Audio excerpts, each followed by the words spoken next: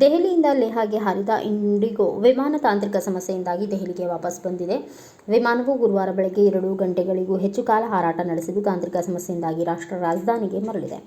ಈ ಬಗ್ಗೆ ಮಾಧ್ಯಮಕ್ಕೆ ಮಾಹಿತಿ ನೀಡಿರುವ ವಿಮಾನಯಾನ ವಕ್ತಾರರು, 2025ರ ಜೂನ್ 19ರಂದು ದೆಹಲಿಯಿಂದ ಲೇಹ್ಗೆ ಹಾರಾಟ ನಡೆಸುತ್ತಿದ್ದ ಇಂಡಿಗೋ ವಿಮಾನ 6E-2006 ತಾಂತ್ರಿಕ ಸಮಸ್ಯೆಯಿಂದಾಗಿ ಲೇಹ್ನಲ್ಲಿ ಇಳಿಯಲು ಸಾಧ್ಯವಾಗದೆ ದೆಹಲಿಗೆ ವಾಪಸ್ ಮರಳಿದೆ. ಕಾರ್ಯವಿಧಾನಗಳ ಪ್ರಕಾರ ಪೈಲಟ್ ವಿಮಾನವನ್ನು ದೆಹಲಿಯಲ್ಲಿ ಲ್ಯಾಂಡ್ ಮಾಡಿದ್ದಾರೆ ಎಂದು ತಿಳಿಸಿದ್ದಾರೆ.